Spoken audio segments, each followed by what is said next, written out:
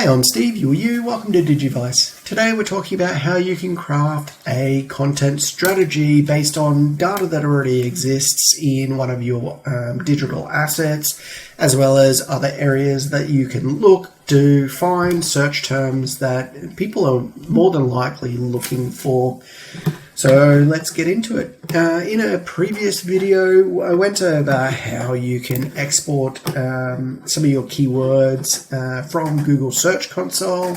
If you don't know how to do that, or if you don't know what Google Search Console is, I'll put a link in below where you can find out a little bit more about that and how you can actually grab keywords that you're currently already ranking for to get some quick wins. So I filtered this out. There was all this other stuff in here, but these are the ones that are most relevant to a keyword, not a keyword, a content strategy. So I'm just going to, I've copied those into here. And then we just go to Google and search for that. And I'm using a tool called Keyword Surfer. It's an extension. There's another extension that you can use, which is Keywords Everywhere. I'm using this one at the moment because it is free. I like to be resourceful. I hate spending money if I have to. In saying that, if you do have the resources, do check out SEMrush or SEMrush, however you want to say it. And RFs as well. So each of these are about $100 US, and they will provide you with probably a little bit more accurate search data than what Keyword Surfer does. But at the end of the day, this is a free tool, so you get what you pay for. We do actually use both RFs and SEMrush, so yeah, we're resourceful, but we're not cheap. So yeah, we've got 210. We're not tired asses here, don't you worry. So we just go through, whack it into Google. While we're doing this, we're looking at search volume, but we're also looking at these as well. So these are other keyword ideas. Some of them might be good, some of them might just be useless crap. You also want to scroll down and have a look at these as well. So dental marketing strategies, for example. Oh, that one's a bad one. Sometimes you get better results. See, this one was more, we've gone out of the realm of blogs or blog posts and into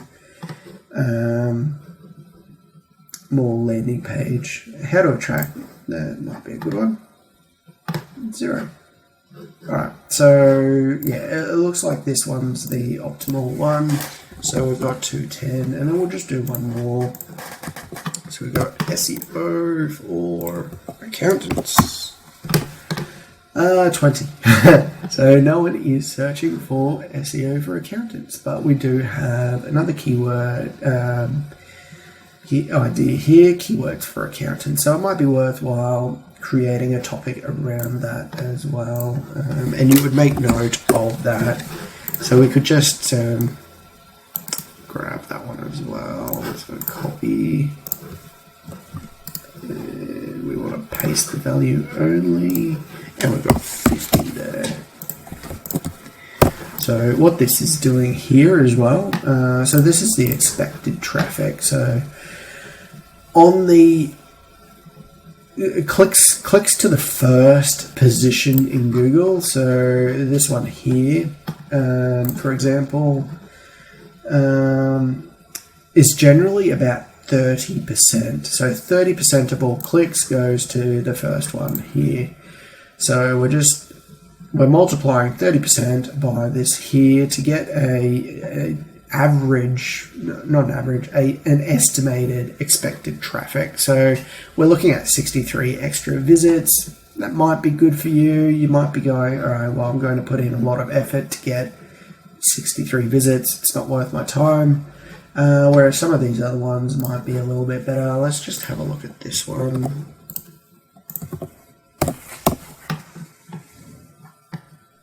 Uh, 880. So that's starting to look a little bit better. And then, yeah, we've got an increase in traffic by around 200 to 260. I mean, this is only a guide. It doesn't mean that just because you're in first position, you automatically get 30% of the clicks. It's just, that's what the stats are showing. So that's what you can average it out as. So then once you've filled all of that out and found the ones that are actually worth writing about, you can go in here, and I've just done a little bit of data validation. So what that means is I've just added list items, landing page and blog post. So this, and then I just go through and categorize these. So we've got blog post. This could be either, but I'll put it as a blog post. SEO for accountants. That's probably more of a landing page. Digital marketing for accountants. So it could be a blog post, but I'd say that's more of a landing page. And you can do this first as well if you wanted to. Marketing for accountants. That could be a landing page. It's probably the same as this one. I could tip over into the other one. Advertise with Google. That one you're probably going to be competing against Google with. We'll just whack it in here. Yeah. So you're advertising. You're competing with Google. You're competing with WordStream, which is really good site. Google again, Espresso. I mean, it is possible if you really want to go after stuff like that. But if you're competing, like if there's a really strong competitor in your industry and they're first, then and you're still only a small fish, it is worth writing an article. But you really need to be more resourceful with your time. You've got to consider, all right, well, if this is a really big competitor, they're an industry leader, am I going to get the best bang for my buck by writing about this or outsourcing the writing to a content writer to write about that? You're probably not, especially if when you consider there's only 170. Whereas when we go back to this one here, and I know I'm getting very granular with this, but I want to give you a little bit more value than just saying, hey, this is the stuff that you do. I want to provide a little bit of thought process behind this as well. So we've got getmoretraffic.com.au. So this is really cheap. It's really a crappy way to go about things.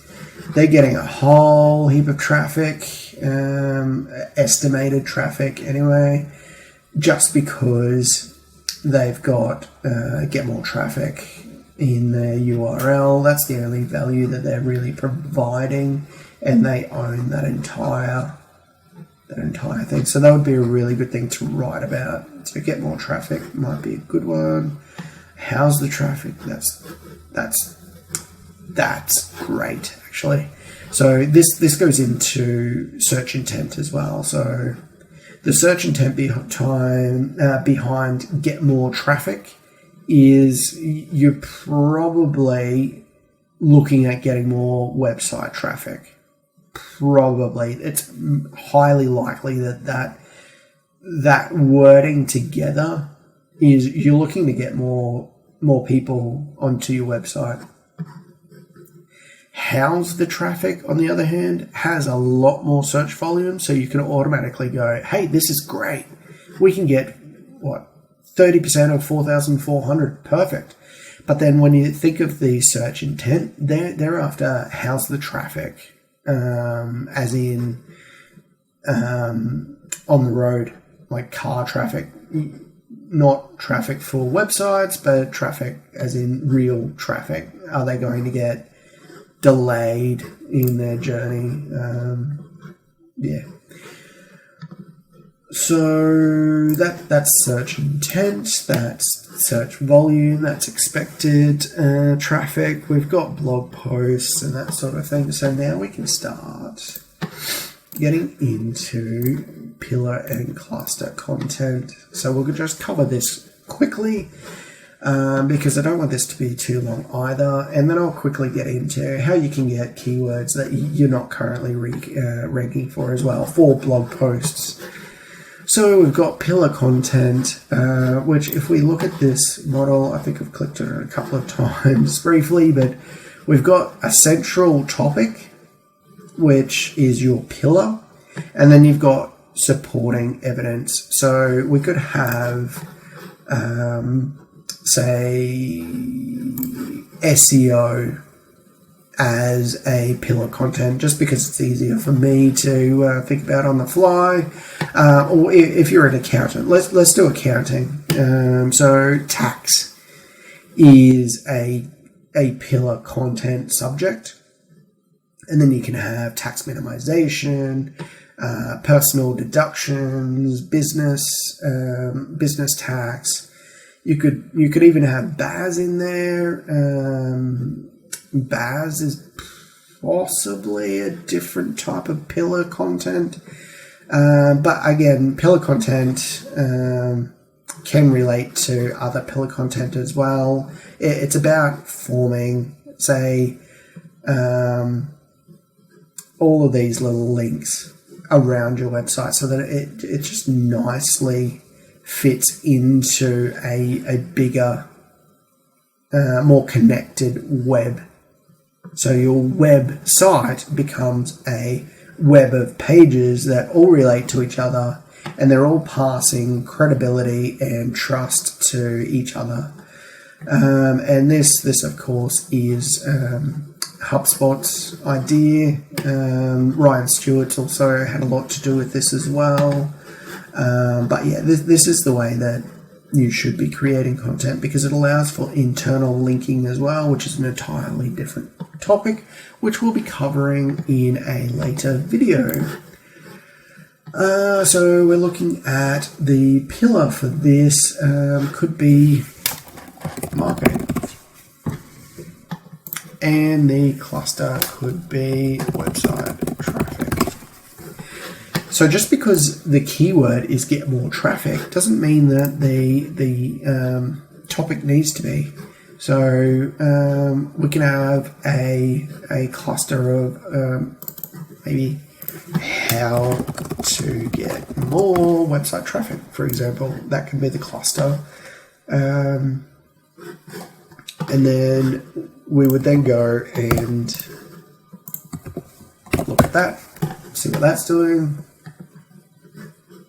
So if we just get rid of the how to get more traffic, yeah, that's broken it. All right, so then you would just go, because you do want to relate to their search. So marketing, get more traffic. So that's still untidy, so we can just go your website. So get more traffic to your website. It's not going to come up as a lot of traffic to that, so not a lot of search volume, but we've got that covered because Google is going to pick up on that and start ranking you for that as well as for that. In theory, I mean, if they trust you enough, they'll do that, but they pick up this sort of stuff, and that's why if you go and do a search, just a general search, you'll see you've got this highlighted text in here and in here. So Google wants to help people find stuff. Just because there's no search volume in that one doesn't mean that Google won't pull that one out and show your content based on the rest of it. So that's that's an article that we can go and pursue. We can probably just go how to use Google Analytics for that one, and that one would be either data analytics or Google Analytics. Just to give you an idea of this pillar concept, so we want to write a number of different topics on data analytics. So we could go Google Analytics, we could go Google Tag Manager, we could go into Hotjar, which if you don't know about, Hotjar is fantastic, allows you to look at user behavior, but this is getting really long. So I'll finish up with just showing you Quora and Reddit. So hopefully it doesn't show anything dubious. That's a little bit dubious. Okay, sorry about that. So you can go in, we'll just go into search for accounting as a topic.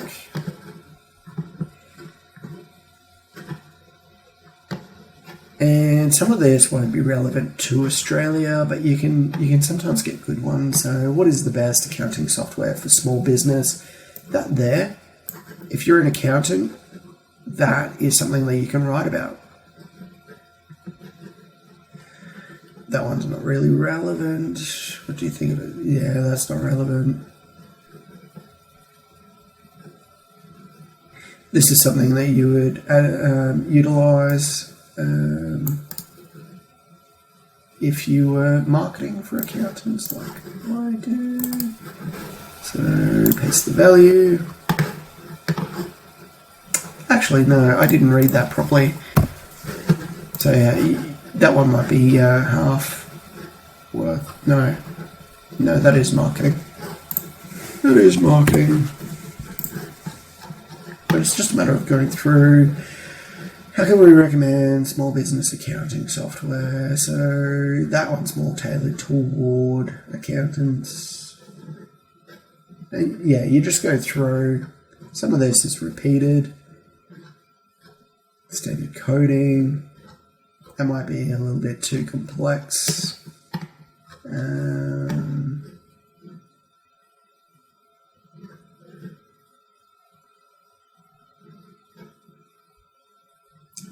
That one's a good one. And so on. So you just go through. There's a lot of false positives in here. You don't always get gold nuggets, but just go through and search through here, and sometimes you can come up with some great stuff. The thing that I like about this is these are questions that people are actually asking. Same within Reddit. So in Reddit, you've got subtopics, or subreddits.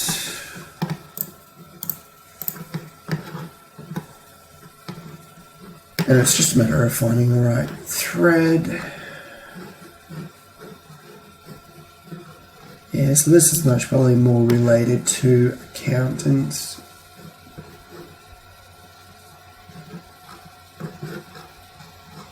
So you can go through different subreddits and find where people are asking questions about accounting. And that is that. So hopefully you got some value out of that. If you do want this, it's really easy to create. I'll just give it to you if you want it. Yeah, thanks.